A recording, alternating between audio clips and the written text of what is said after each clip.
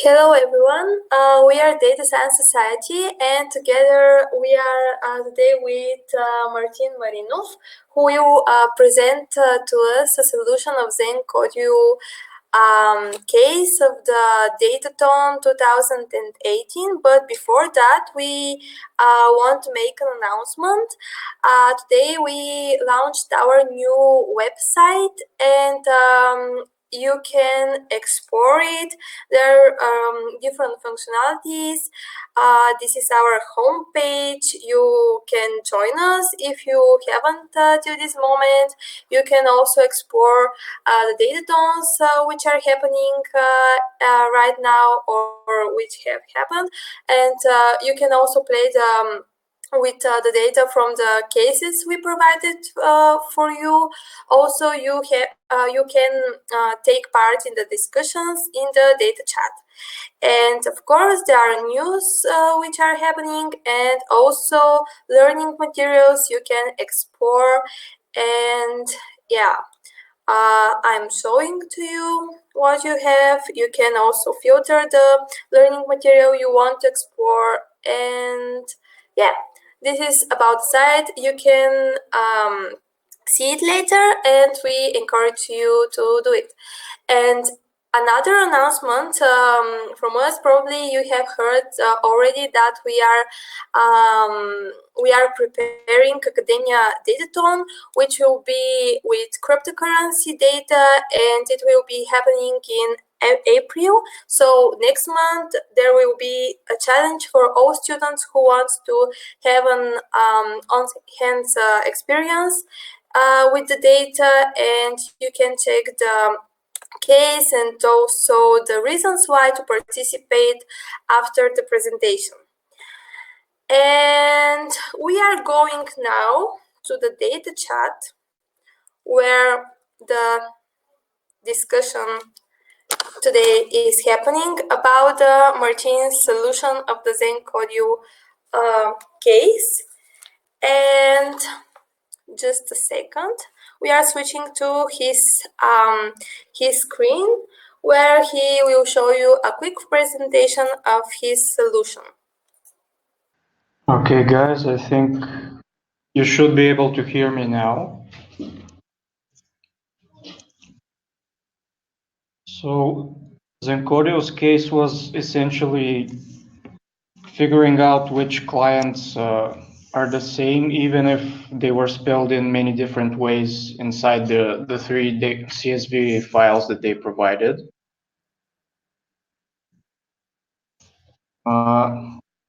We should start with the data understanding part. It's not that complex, actually. There's just one column that matters, the column with the client names.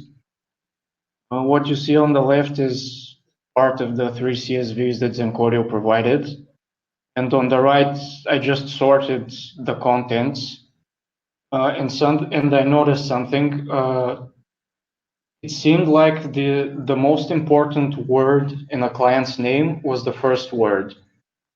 Meaning if you actually wanted to compare and find similarities, it would probably be a good idea to just look at the first word and ignore everything that follows that. And that's essentially the idea of my solution. It just finds the unique client names, gets the first words from each of them, and does a bunch of comparisons to figure out which client names are similar based on the first tokens. The comparisons weren't absolute comparisons. I used something called Gestalt pattern matching, which is implemented in a Python library called difflib. It essentially allows you to do partial comparisons of strings. So if one string has a slight spelling error or there's a hashtag added in front of it where there shouldn't be, it shouldn't matter for this comparison function. It just looks for substrings that match between one string and another, And based on the number of matching characters, computes a ratio between 0 and 1. According to the documentation, 0.6 is considered a good match between two strings, not an absolute one, but a good enough match. For the solution, I used 0.7 just to be safe. So what I did was I took the three CSV files and used the Python dictionary object to extract the unique client name strings from each of the files, because it turned out that there were like, I don't know, 300,000 rows, let's say, of client names, but actually there were only about 120 unique, 120,000 unique client name strings. So I get the unique client name strings, put them in a list just so I know what they are. The second thing I do is take only the first word from each client name string, so the first token, will. That I put in a separate list, and this separate list I've called here LT. That's actually what I'll use to make the comparisons between the strings. I also defined the dictionary object, which was supposed to collect the unique tokens from the LT list. Next step of preparation was to declare yet another dictionary object, this one to store the connections between similar strings. And finally, just a counter, which I called a cluster counter. This isn't really a clustering algorithm, even though it could be considered that, but it's not like k-means or k-medioids or dbScan or any of the standard clustering algorithms that are used. It's just 100 lines of code that calls a specific function to determine similarities between strings in an array. So after I've declared all my lists and my dictionaries, I move on to actually iterating through each of the tokens. And at each step, I turn to dictionary DC and say, okay, have you ever seen this token before? If it says no, I haven't seen it, this is something new for me. Then it passes this token to the fuzzy string matching function and tries to find other similar tokens in the token list to it. If it finds like 20 or 30, it doesn't matter. If it finds anything that's above 2, it considers that, yes, there are enough similar tokens to this one. We can group them together and assign the same number to all of them. Technically, that happens by adding all of these tokens as keys in the DC dictionary and assigning cluster number n to them, after which I increment the counter n. That's one possibility when the token is never seen before during the scanning, and when there are others like it. The other thing which can happen, of course, is that this token doesn't match anything else in the list. It's one of a kind. In that case, it gets assigned to cluster 0. The nice thing about that is that anything that doesn't match anything else inside the token list will end up in cluster 0. So in the end, if you have to do manual curation of the results, you can look at cluster 0 and see what didn't match properly. Also might be a good idea to look at each individual groupings as well. But yes, and of course the third possibility is that this token has already been scanned on a prior iteration, so there's no need to call the comparison function again for it. And after this, all of the comparisons are done, all of the similarities are found and assigned using DC dictionary. We move on to simply collecting the results. To do that, we just iterate through the token list with which was extracted from all of the client names. We pass each of these tokens to the dictionary DC, and it gives us the cluster number to which a given token was assigned. So once we know the full client name from which the token was extracted, once we know which cluster the token was assigned, we can say, okay, so this full cluster name was assigned to cluster number 2000 and whatever it happens to be. We get the cluster name, the number to which it was, the client name, the cluster to which it was assigned, and we just append them to our final results list. And we output the results to a CSV file. And in the end, we end up with something like this. In the right column, you can see different client names, and on the left column is the cluster number to which all of these names were assigned. If you see in the bottom left corner, I've underlined some stuff in red to show that indeed the fuzzy string matching or approximate string comparisons or whatever you want to call them, they actually worked and assigned the same number to names which start with slightly differing words. This is what we wanted to avoid spelling mistakes or insertions of non-word characters inside the first word. So one thing I noticed, which was interesting, is that there are a lot of people names and in the files that ZenCodeo provided.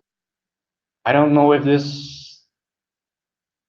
they added them or if these people are actually should be considered clients in and of themselves. That would complicate the problem somewhat.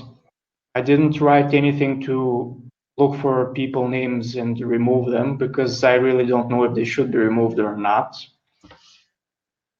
But in any case, the results were that out of 120,000 unique client names in the 3 CSV files, this simple program determines that there are actually only about 8,000 entities which can be considered distinct clients, which is sort of like a 5% from what it was originally if you were just to look at the unique client names. So to some extent, it did manage to give an accurate overview of how many clients there are actually in these CSV files. 8,000 is still a pretty high number though, and checking if each of them were grouped correctly would involve a lot of manual effort, which I haven't done. I haven't really verified extensively if the clustering works as expected. On the surface, it seems to. This took me about an hour and 20 minutes to run on an average laptop. So it's not exactly fast, but it's not the slowest thing in the world either. The results can essentially be used as a mapping table, which can be uploaded to a database later. And you can do SQL joins on the actual client name, on the full client names to get which cluster or which client group they belong to, just so they can aggregate the similar ones more easily in the database. And this was essentially the solution. It's not anything fancy. It's just searching inside an array of strings. And that was all from me. Hi from me again. So thank Thank you, you, Martin, Martin, for for presenting presenting your your solution. solution. And Here I will show you where you can find this case. So you can go to cases in our website, and afterwards typing in ZenCodeo case, and you can see the business description, also the case data. You can download the dataset, and you can try to solve it by yourself. And as you know, we are also uploading these presentations of the people who present their solutions afterwards in our YouTube channel. So you can see the Martin solution not only there, so not only in YouTube, but also when you go to Learn panel, you can type, for example, Zen audio, and we should see it. Oops. Okay, so probably now, I hope. Okay, so we will upload also the article in the data chat, his article for you to read it. Also in SlideShare, his presentation. You will see also his solution and his presentation in YouTube. So stay tuned for more presentations. As you may know, next week we are in Puzzle, and we will make a presentation on the SAP case. So we encourage you to go to cases, to explore the case, to see the solution of team bots, and to come to us next week and to see their solution and their presentation on how they solve the case. For the people who are in Sofia, we encourage you to come in Puzzle on Tuesday and say hi to us and to explore the case together. So thank you, Martin, again for being with us today, and we will see you in the data chat. Bye.